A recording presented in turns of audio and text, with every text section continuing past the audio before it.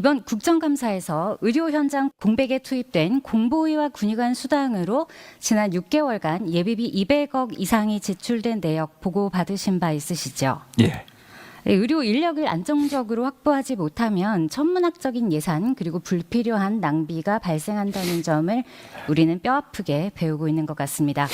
중동 그리고 러우 전쟁, 트럼프 대통령의 재집권 등을 고려할 때 한반도의 군사적 위기는 언제 고조되어도 이상할 것이 없는 상황이라고 생각합니다.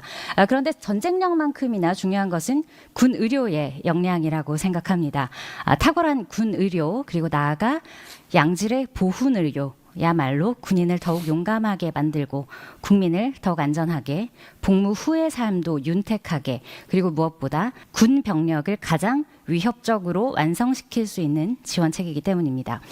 다음 표는 국방부에서 제출하신 현재 진료 과목별 군의관 현황입니다.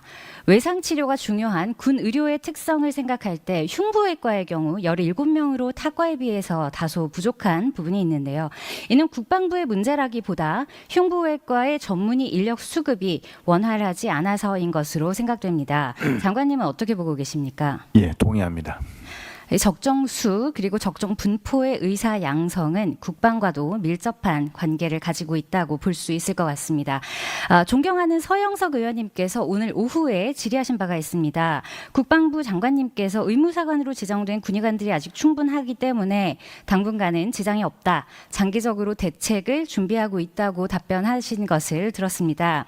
그런데 장관님 지금 의정 갈등 길어지면서 군 휴학 의대생 그리고 사직 전공의 입영 대상자 가 폭증하고 있는 부분에 대해서는 파악하고 계시죠?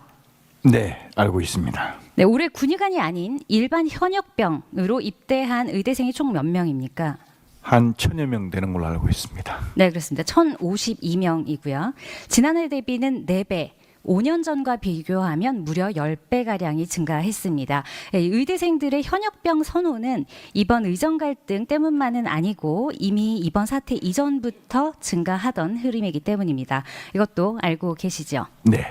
또 전공의 사직자를 포함해서 내년 3월에 기준으로 입영 대상자는 현재까지 4,300명 이상으로 확인이 됩니다. 예년보다 4배 많은 수입니다.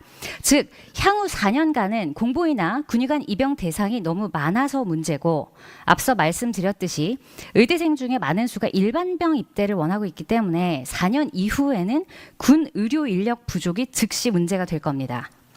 더 큰 문제는 현 시점부터 약 4년간의 입영 대상자 지금 많다고 제가 말씀드린 그들 중 대부분이 전문의 자격을 취득하지 않은 상태이기 때문에 모두 일반의 신분이라는 겁니다. 그런데 현재 군의관 중에도 중위로 복무하는 일반의 자격의 군의관들이 있기는 합니다만 평시의 군 의료의 수준이나 특히 전시의 역량을 결정하는 데는 전문의 자격을 갖춘 대위 군의관들이 필수적일 것이라고 생각을 합니다.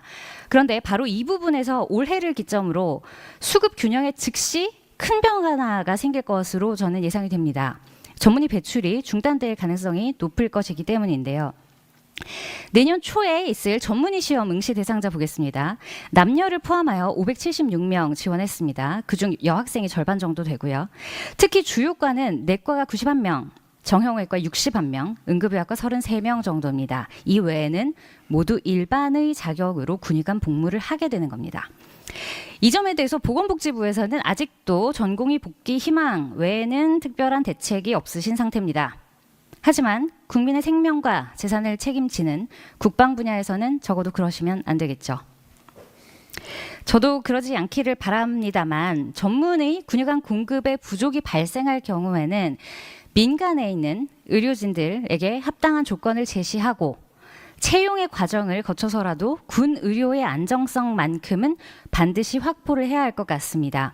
그러면 국방부 측에서는 당장 내년부터 시작되어서 추후 수년간 이어질 수밖에 없을 것이라고 예상되는 국방 전문 의료 인력 수급 불확실성에 대해서 어떤 준비를 구체적으로 하고 계십니까? 우선 의원님께서 좋은 지적을 해주셔서 감사드립니다.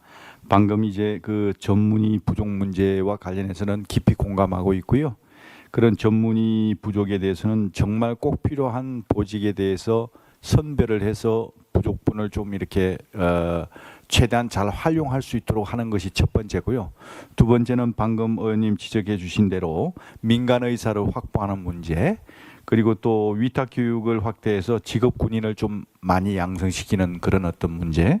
그 그리고 해당 이제- 사안에 대해서 지금 예산이 책정된 바가 있습니까? 네. 예산이 해당 사안에 대해서 책정된 바가 있습니까? 예, 지금 용역을 지금 해서 지금 연구를 진행 중에 있어서 내년부터 좀 반영을 시키도록 하겠습니다. 네, 이번 의료개혁 과정에서 보면 다른 공공의료나 지역의료 문제에서도 확인한 바가 있듯이 앞으로 군의료의 유지는 급여만의 문제는 아닐 겁니다. 지역 정주나 업무 선호도의 문제까지 아마 예산으로서 다 상쇄해야 하는 부분이 반드시 발생할 거라고 봅니다. 네. 예산 확보 그리고 집행 계획상의 철저한 대비 그리고 이건 당부드리고 싶은 건데 모든 국민의 자유를 지키되 어떤 국민의 자유도 함부로 침해하지 않는 그런 지혜로운 대책을 만들어 주시기를 부탁드리겠습니다. 네.